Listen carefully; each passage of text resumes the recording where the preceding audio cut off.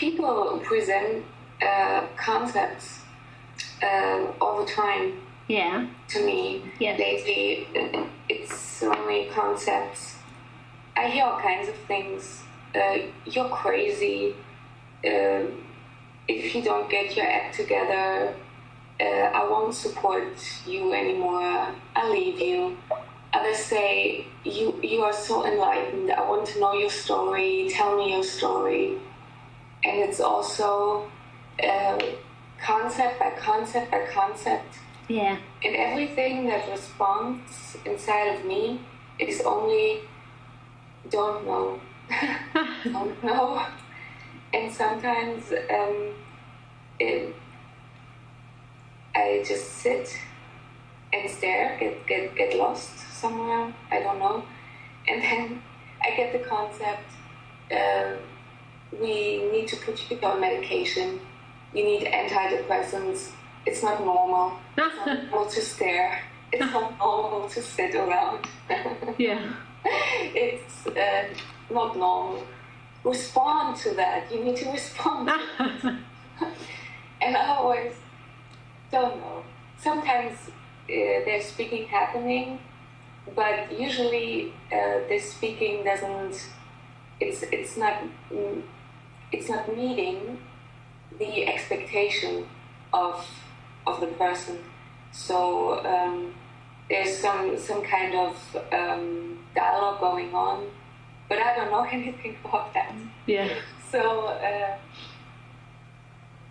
I realized that it was never a relationship with a person or people. It has always been concepts. Yeah. And interpretation. Yeah. There was never anyone there. No. I mean, who would they ever be but that? Otherwise, there's just what is, which is undescribable or nothing. It's so beautiful to be with this concept as the person and to realize I don't know. And then you are actually able to meet to meet them. I've never met anyone before. It's kind of strange now that I cannot find the person inside people anymore. I feel connected. It's very intimate. Yeah, people knew how intimate it was. As they're sitting there telling you you're mad or depressed. Yeah, to the closest, the people who would describe themselves being closest to me are anxious about my mental state and my future. Yeah. And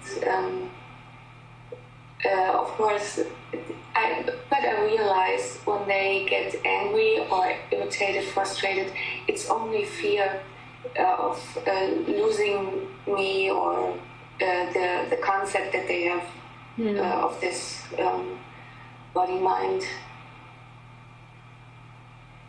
And it's just wonderful to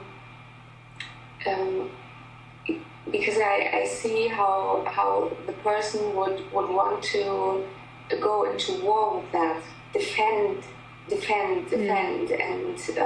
explain, and explain myself to them, and then I just cannot, I just can't, and they're left with what they think about me. And I cannot change that. No. For them. And that will disappear when it disappears.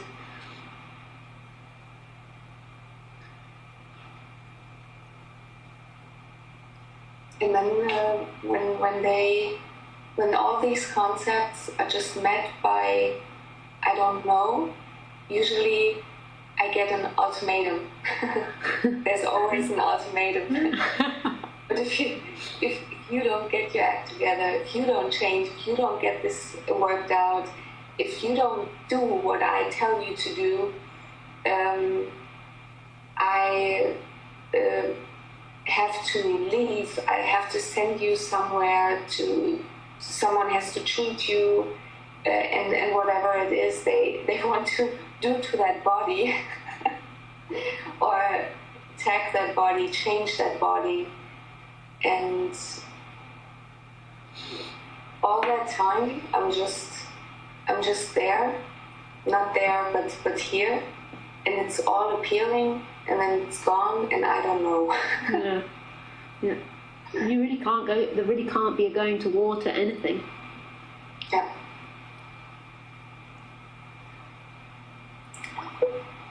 What's funky is that these expectations of there has to be fear arising inside of her. She has to defend herself. She has to save herself in some way. And this, I cannot comprehend this anymore. That there's a me who has to save herself, to save the planet, save everyone. And so this is why they want to treat me in a certain way. So I actually really enjoy the company of nature right now. And just walking a lot and sitting around somewhere without people's concepts. It's very calm and nice. Yeah. Nice. Yeah.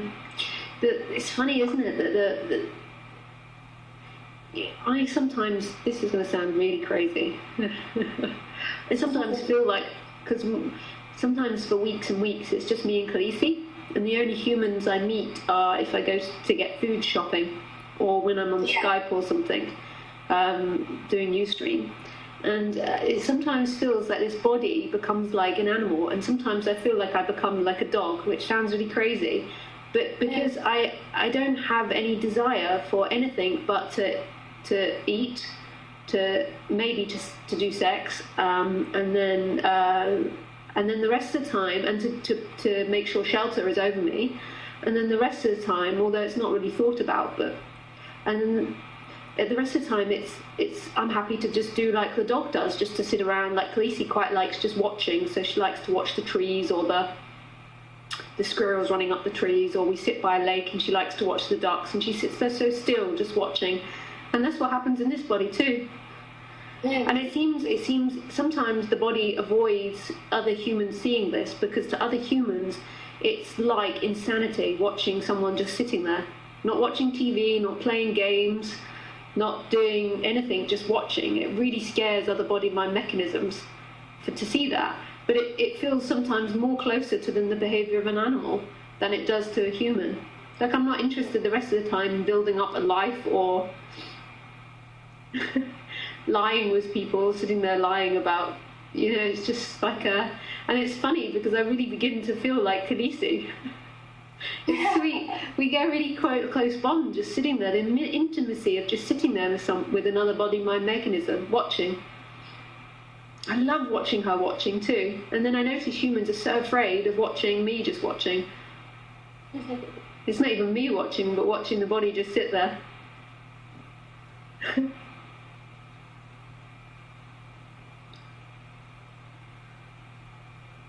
It's very funny. It's very unexpected, all of that, isn't it? My mind does not comprehend that at all. Really, the only thing that runs rampantly right now is don't know anything else. It is this. Yeah. And it's reflecting beauty. Yeah.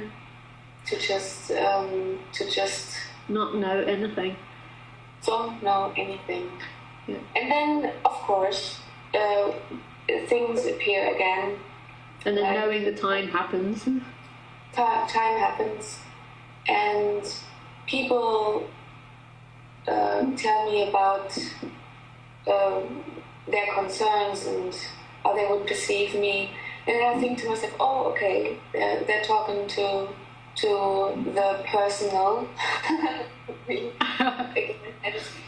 In fact, I have so much compassion right now. I've never felt this compassion, because I see this is just an apparent caring. They couldn't express it any other way. They think they are concerned for me. But they're just concerned about themselves. To survive. Yeah, they're just concerned about themselves, and it scares them seeing that. And it's not even themselves, there's no them, it's just a movement of energy. This movement of personal energy. And it's just one energy. Anything they see, not that there is a them, but I'm just using words, it's just their projection. But it's not even them, it's just a projection of that energy, that movement of energy, which is veiling everything, me, them. And you can really see how caging that is, but it's impossible to break it. It just is appearing until it stops appearing. Like, what could you possibly say to someone that believes that they're wrong or that you're wrong?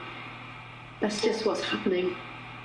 And you don't know why or how to stop it. It's just what's happening, just like the sky's appearing and the birds. That I love watching ducks, the way that when a duck is, after it's done some strenuous activity, it always shakes.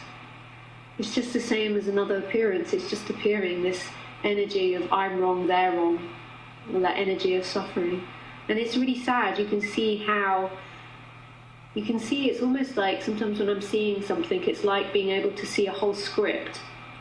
Mm-hmm. You can see how that script's formed, like, and how those assumptions have been made and how that energy's come about. But it can't be undone until life decides to stop playing it. How can you describe this to someone? That what they think isn't true, when that thought is there, it seems like the most realist thing. When that energy, and it's not just a thought, it's like an energy, it really feels like this is blue, or this is black, or this is wrong. Mm-hmm. It's the way it's designed.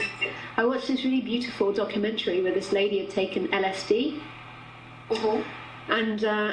and she said it's all love or something, and the guy said, and she said, can't you see it? And he said, no, I can't see it. And this lady had never taken, she was just a housewife that took LSD, she had no spiritual knowledge. And she said, oh, well, if you can't see it, I can't explain it to you. It's hopeless. I was like, oh, that's so sweet. Yeah, it's so hopeless. Yeah. It's for instance, someone would tell me, you can't go on like this forever. This cannot go on forever like this. And I'm just sitting there, not even having the concept of forever anymore. And it's kind of the same. If you can, it's not anything I could tell you that could make you see that this is neither going on forever nor going on forever. It's not an end and beginning and an end. But people, of course, want me to get started with something or stop with something, and it's fine. But I see where they're coming from. Yeah. All these concepts, and I couldn't say anything against that. Like this lady, if you can't see it, I can't explain it to you. Yeah. You don't find that Francisca's body-mind mechanism is covering up the insanity of Francisca a little bit? When I say the insanity, I mean like the way that the world would cover up the insanity. The body-mind mechanism's not showing it to them? Like I would try to avoid showing them... Sitting looking at the wall? Sitting looking at the wall. Yeah, It doesn't just go out for a walk. Sometimes when I stay at my parents' house, I just go out for 5 or 6 hours walking. Yeah. I tell them I'm working in a cafe. Yeah. You find these funky place to in order to seem just normal. yeah, being normal, because you have to say something in a way. But it's really like they want so much to believe in Francisca having her stuff together. They really they are dying for a daughter, a wife, a friend, a colleague to have their act together, and they are so. This is what they go nuts about. So basically, I make them a present in just trying to show them, well, yeah, I've got my act together, and then I do whatever I'm just doing. I don't know. Disappearing into the view, and I don't know. But I think, yeah, sometimes it feels like an avoidance. Yeah, because you don't want to scare them to death. Yeah. If you would tell them, yeah, I'm just sitting here because I'm sitting here, I'm just because I'm looking, I don't know. One person told me about that I'll soon be the straitjacket. And I just said, well, okay, then I'll be there. And I cannot know that. If this is going to happen, I don't even know. I could tell myself the story of I'm getting up, going into the kitchen, open the window, and come back. And on the way, I would never know if this is going to happen. I could end up being in the bathroom or turning around and walking the other direction. Who am I to know? I don't know. And since I cannot tell a tiny little story about a nanosecond, how is it ever going to be possible for me to tell the story of 5 lives or 5 years or 10 years? This is simply impossible for me. Yeah. It really is, but I find this body-mind mechanism tell them, yeah, I was thinking about doing this or applying for this job or meeting you at 3 or going to the movies, and all this time it's just acting out, playing stuff. And for some people, I'm the most free, enlightened being, and they want to know how did you get there. And for some, I'm the most depressed. And it's so funny because your neither is just what it is, and it's so hilarious, the different projections. And then people argue with you, no, you should be able to say you're enlightened, no, you should be able to say you're unenlightened. You're like, it's funny. And of course, I would, there is nothing I could say that is the truth. I'm only telling lies in everything I say. Even if I said I'm nobody, this would also be a lie. Yeah. And I notice myself in this world, it's wiser to tell people that you're somebody instead of telling them that you're nobody. And I just kind of try to figure out that play, like you just said, just telling your parents you're off to work and basically you're just walking around, you know. You make up stories because that's what is done here, and sometimes you make up a story, sometimes not, and you just so this is so deep contentment. It's everything that is. I want everything that is, and I've never imagined that. I would always imagine something else. This state of contentment, like I only got everything that is positive, and all the negative is gone. Yeah. And it's funny. It's funny. No, it's funny. But then there's no desire for it to be any different, and your whole life is collapsing. You have no idea how to make money, how to make survival, how to to look after yourself. But yeah, it happens. But your whole life that you lived is collapsing, and you've got no sense of looking after it anymore. It's hilarious. And then it's funny. People might look at you and perceive you as successful, or people might look at you, and really, it's like a.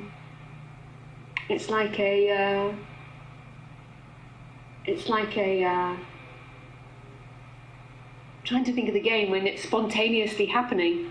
You're making it up as you go in that moment. Like it's not planned. It's just happening. I can't think of the game. Yeah. You lose this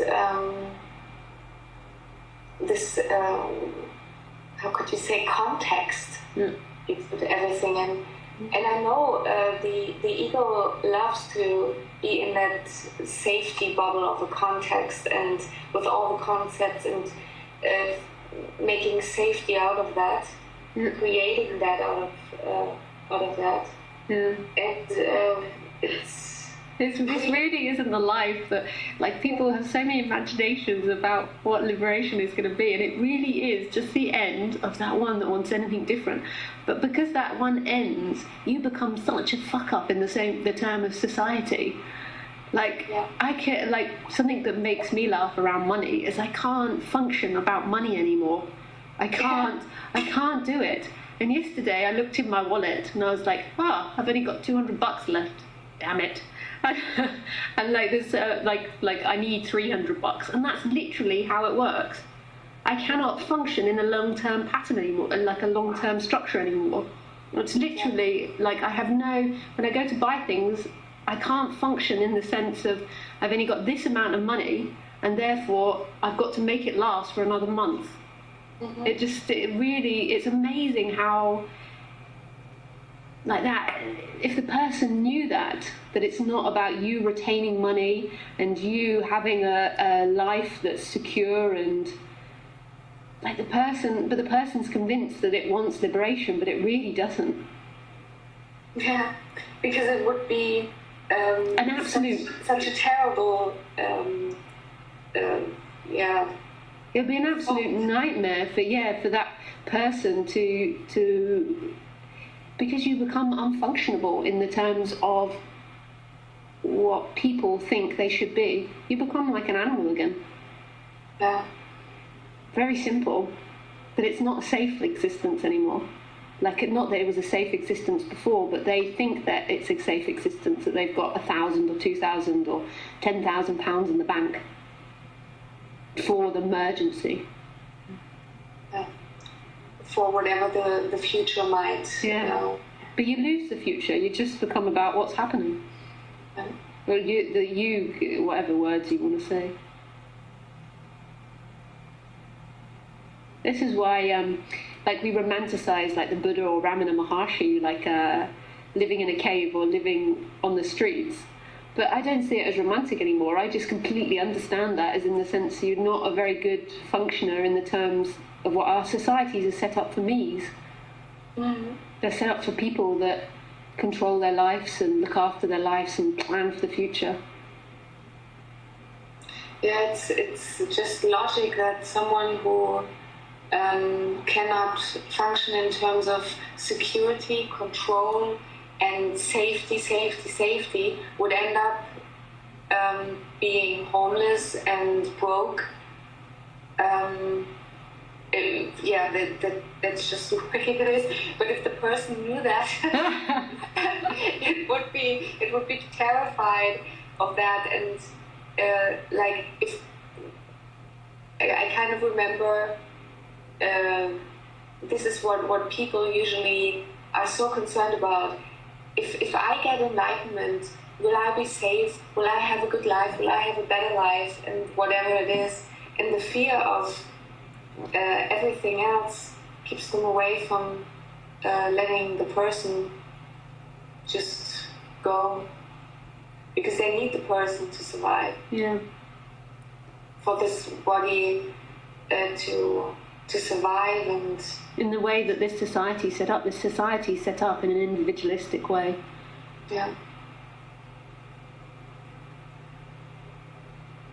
yeah, so I basically just noticed that I am everything, and at the same time, nothing. It depends on what appears in the concepts that are around me. Like someone says, "Oh, you're so wonderful, I love you," or "Oh, you're so terrible, I hate you," and it's all in the moment. Yeah. It's never true. No, this can never be true. It's never true, but it's true in the sense of that's what they think of you. So it's got that reality to it, like in the sense of I am what you think I am. If that's what you think I am, it's true to them, whatever they are. It's true in that, and then it's not true because there's nothing in which you are. So in the moment when the person, I got called a talk the other day, a depressed, enlightened person, and I just said I don't know what I am. But to them, that's what they saw me as. So that's fair enough. Yeah. That's what I am to them. Yeah, people need to see me the way they see me as long as they see me that way. Yeah. And they have to believe about me what they believe about me. Yeah. As long as they do. And that's real love. Yeah. Believe it or not, to let someone, to absolutely, it's not even you letting, but letting it be as it is. It's just, okay. Yeah, I found myself... I'm an asshole, okay. Yeah, right. There's no way for me. This brain is unable to judge anymore. When I was judging family members for doing this and that, or not doing this and that, and right now I just realize I see it. They just did what they did, and they do what they do, and they have to. Yeah. There is no choice. There is zero choice in all of this. No. And I can I can just love them for being the way they are, whether it's labeled as good or bad. It doesn't matter. It's just so very good. And they can be whatever they want to be. And also, I know my family always had a great issue with my grandma, because she was depressed too, and she really struggled. And now I see how what a gift that was, because everything that is right here, right now, also is supported by this. And my grandma must have been struggling and living in her own personal hell. This was her doing that in all of this, and she didn't have any choice, and it certainly wasn't a comfortable life she was living. No. And I feel so connected to her. I feel so connected, because I know this is such a, it's always nice if people have a great life and they feel good, and then life is really great. But to be the asshole, the murderer, the depressed one, the one that is struggling and not getting along, and this is life as well, and to be that identity and to live in that hell. Yeah. This is so giving. It's so giving to everything, and to this moment. I'm only here because of her, and it's like that with everything. Yeah. And that's really beautiful that you said it as giving. Because it's the worst role to have to play, the bad one. Yeah. And it's not that there's anyone there playing it, but it's like it's also an absolute act of life, because it has to appear for everything else. It's all one thing, and it is really beautiful to describe it as that. We often think compassion is the exclusion of badness, and it really isn't. Yeah. Compassion is the absolute love of everything, and seeing that she couldn't have been any other form than what she was, and this is an absolute love, not the love. Compassion isn't the trying to change something. The body might help her or give money to charity, but it's seeing that she couldn't have been any other thing than what she was. Yeah. Ever. Like the absolute knowing of that in every cell of everything. It can't be any different.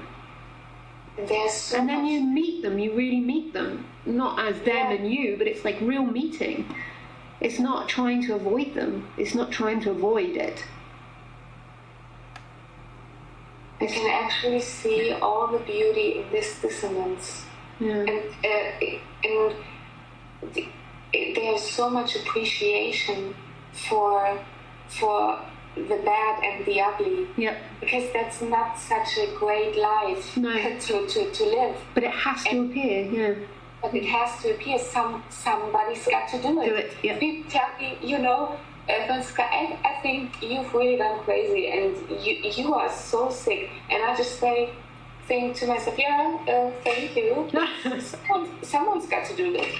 I mean, that has to do it. It's my job to do it right now.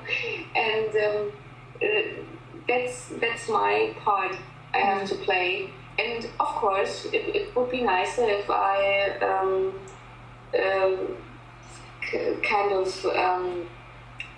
had an easier way. But this is the way of it. Yeah. This is it. Yeah. And I feel so connected to everything, and I didn't even know this was possible, even to things I used to avoid and really would believe that this is so gross and this is so ugly and cannot stand it. And I have so much appreciation for this because this is the only way all the beautiful things can appear for me. Yeah. All this beauty comes out of the dissonance and it's all playing together as one. Yeah, you say it beautifully, Franziska. It's amazing how the mind interprets that as, when the mind hears that, or the person hears that interprets it as, they interpret it as a bad thing, what you're saying, but it's so beautiful what you're saying. Yeah. This is the absolute love affair. Yeah. Is when it's all seen as it. It's not that the body's then desperate to jump into a bog of shit, but but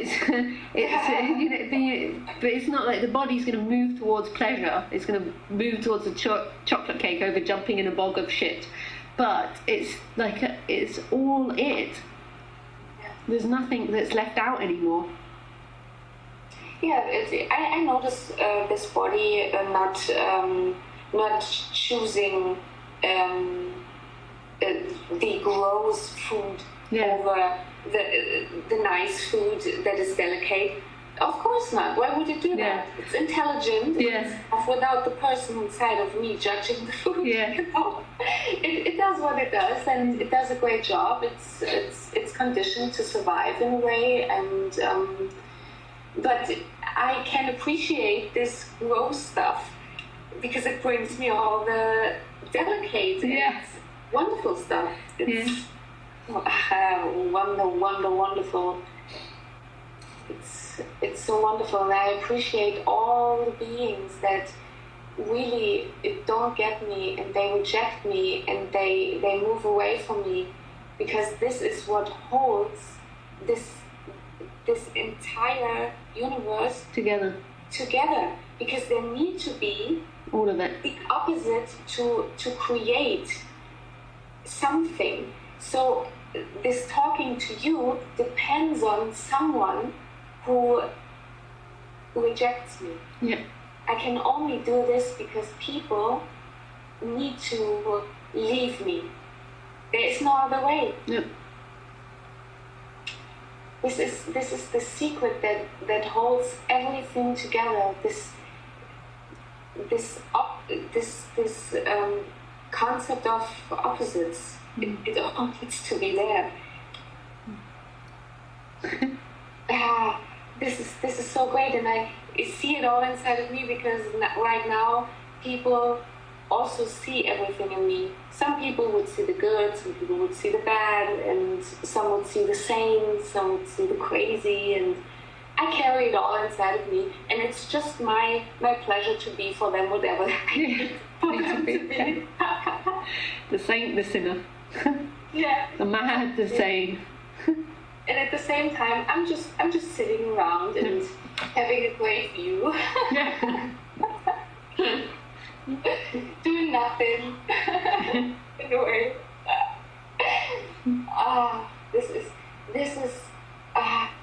This is beauty, and it has nothing to do with beauty in the sense of beautiful.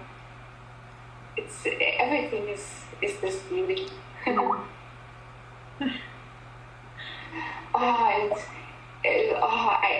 even love the different states of the body. I don't bother to identify them anymore. It might change between fear and anxiety, or being calm and just being really relaxed. But this changing, I feel so alive. Everything is movement. Yeah. And since I don't bother to identify what it is anymore, I can just be this movement, so alive. And there is nothing wrong at any time. I cannot know what this is. It's just movement. So alive. Yeah. Gives me the so sweet. full on. We're alive, but we don't even know what we are. It's alive. It was so sweet in this film I was watching yesterday. It was called I Am, and it's all about saving the world, so it's nothing to do with I am or this subject. But there was one point in the film where he realises it's alive, and I thought he was there was gonna be a getting this, but it wasn't. It was actually I'm alive, therefore we need to save the planet. But it was like there was one moment where he went, and I realised something. It's alive, and I was like, woohoo! It's alive! It's all alive. And he was like, all of it's alive. And I was like, yeah, it's all alive. And then he was like, therefore we need to save the planet. I was like, oh.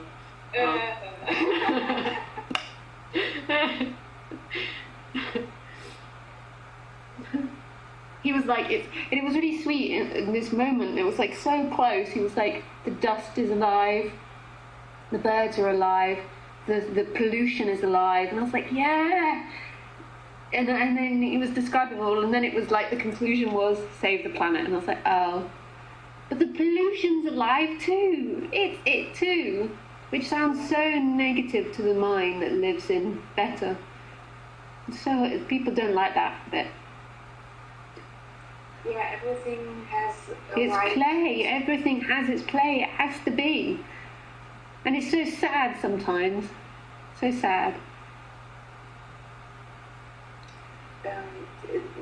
And really, I don't expect people to understand that, so I don't bother talking about it. No. It's just really this resonance with you. It's just spilling out. Yeah. It has to have something to do with you being able to receive it, or me being able to receive it. It's the same. I don't know. Talking and listening. It's really, really lovely sharing with you, Franziska. Yeah, it's amazing. I don't have this in any other place. It's such a sweet place. It's just flowing with you. So I don't even bother to tell people about that. It's that this life is just alive as it is. As it is. Yes, it is. My little doggie's coming. She's wanting a tickle now. We're giving her a tickle.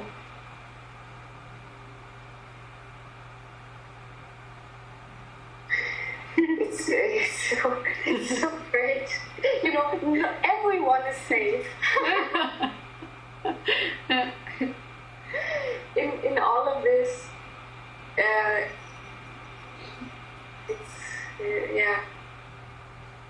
completely fine. Mm. But of course, you don't tell people who are in rage, and you see their point as well. Yeah.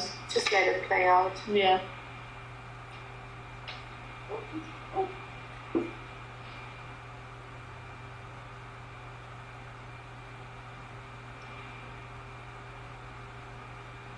I love that Khaleesi is always so you don't even notice her unless you show her. She's always so there without being there. She's quite quiet though. But she's, what I love about Khaleesi's person, or the conditioning of Khaleesi, is she's so amazing to watch, because she's not like regular dogs. She's not very human friendly. And you really see, like, there's no person in there taking it personally, and yet her body-mind mechanism, her conditioning or her genetics or whatever it is, I don't know the way it is, isn't always nice. Like, we have this idea of enlightenment as the body-mind mechanism becoming a certain way. Yeah. And actually, I don't see her as unfriendly. Like, everyone tells me, she's unfriendly and they've never been growled at by a dog before, and blah, blah, blah. But actually, I don't see her as unfriendly. I just don't see it like that. Yeah, you just see the maybe in the body the conditioning. Yeah, I just see the mechanics of it. Like in certain situations, her body's just. It's only if I think about it, but the mechanics. Like I can see that her body reacts a certain way to certain things, and that's the way it goes. If you don't avoid this what is, like when you just said sometimes it's just so sad. Yeah. It's just sadness. Yeah. And I actually find myself, because if people think that being this, you wouldn't have any reason to cry anymore. I find myself crying a lot. Yeah. And I find myself even deep underneath, if you can even call that, in that, even enjoying being sad and crying. It's the same for me as feeling good and laughing and interacting. Yeah. So I think when people would say, like Khaleesi, you say she's not very user friendly.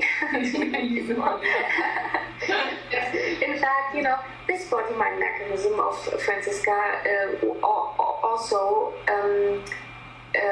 was always, it might be the conditioning or the genetics, but in a way very easy to get into fear or being anxious about things, and being very maybe neurotic in a way, having all these little plays of security and everything, and avoiding people, situations, and whatever. And I don't know why, but I cannot see anything wrong in that anymore. So I couldn't say this body is unfriendly or Khaleesi's, or Khaleesi would be unfriendly just because she cannot be this nice socializing dog, and this has nothing to do with being friendly. No. Yeah. It's just the way it is. It's just the way the body and the brain. It's all depending on everything that went into factors. Yeah, that's everything that's ever happened, and this is like there's no effect, but if we put it into language, this is the effect. Like it's not that it's a bad thing; it's just as it is. Isn't it creepy? Isn't it? Oh, she's sleepy. Just having a love affair with her at the moment. It's so wonderful because you can't even judge it anymore. You cannot say, there's something wrong with her because she's not this and that. And I used to, this was kind of a religion for me to judge my body and my brain constantly. Yeah. Everything was wrong. Yeah. Everything needed to be different and to put into shape and to get coaching and especially evolving, kind of developing into something better and better and better and always getting better. And this is just not, this is just impossible for me. I cannot see anything wrong. Yeah. If I don't want to, if fear rises, fear rises. If it's not, it's not. I don't have to avoid anything on purpose. I don't have to achieve anything on purpose. There's nothing wrong with it. No. It's so great because actually, on the outside, I might not seem so energetic to people because I don't move. Like they would interpret as energetic, but inside there is all this energy. I don't have to sleep anymore. I only sleep like 2 or 3 hours at night. I feel awake and clear all day because I'm not spending all this time with judging and interpreting. There are hours and hours in time that I would just spend so silently that this body isn't even exhausted anymore, or the brain. So I find myself not needing so much rest anymore. It's really, really amazing. Of all this time, I have no time. I have to do all this stuff, and now I have too much time, too much energy, and too much beauty, too much love, and it's so great. I didn't even do anything for it. I'm having a love affair with Khaleesi. Yeah. They're rolling around together. There's your booby, she's so gorgeous. She's so gorgeous.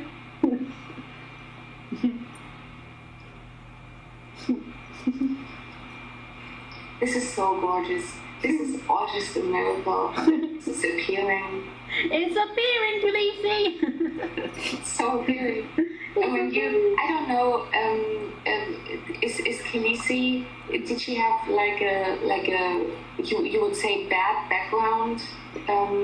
Not particularly. Well, it's not been the most perfect upbringing, but not particularly. I think also genetically she's not a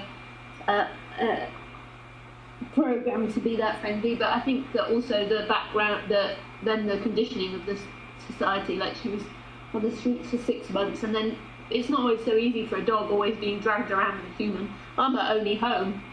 She doesn't have a home. Do you? You don't have a home, so she has to relate this body as home. Yeah. So we don't have a routine, and sometimes with dogs and kids it's good to have a routine. She's had me as an owner. That's your bad karma. You've had me.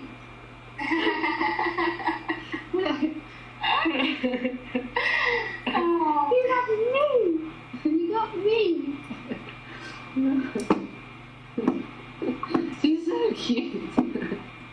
This is so wonderful.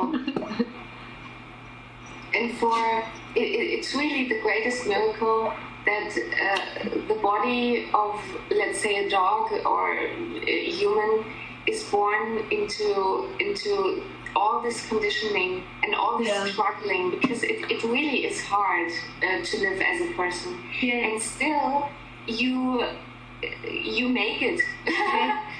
How I made it to my 30s, I don't know. It is an absolute cage, the body. It's like the only freedom is not taking it personally, because you're actually caged to the destiny of the body. Yeah. We're having a full-on play now.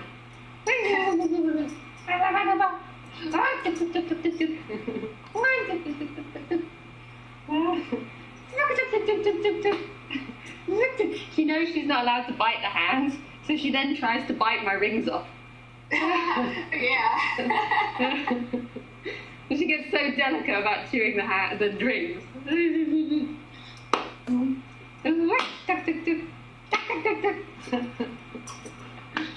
You got Lisa!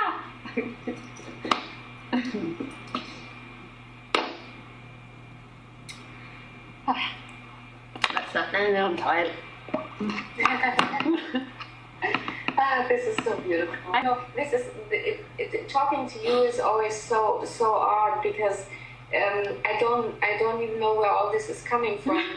Yeah, it's amazing, isn't it? How the blah blah comes out.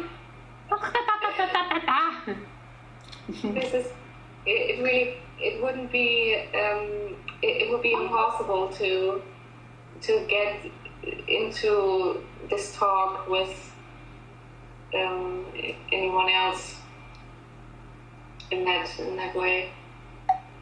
Just arises like this. With you, it's always it must sound like two crazy people are talking and two mad people are laughing, and no one knows how sane or insane they are. It's really fun.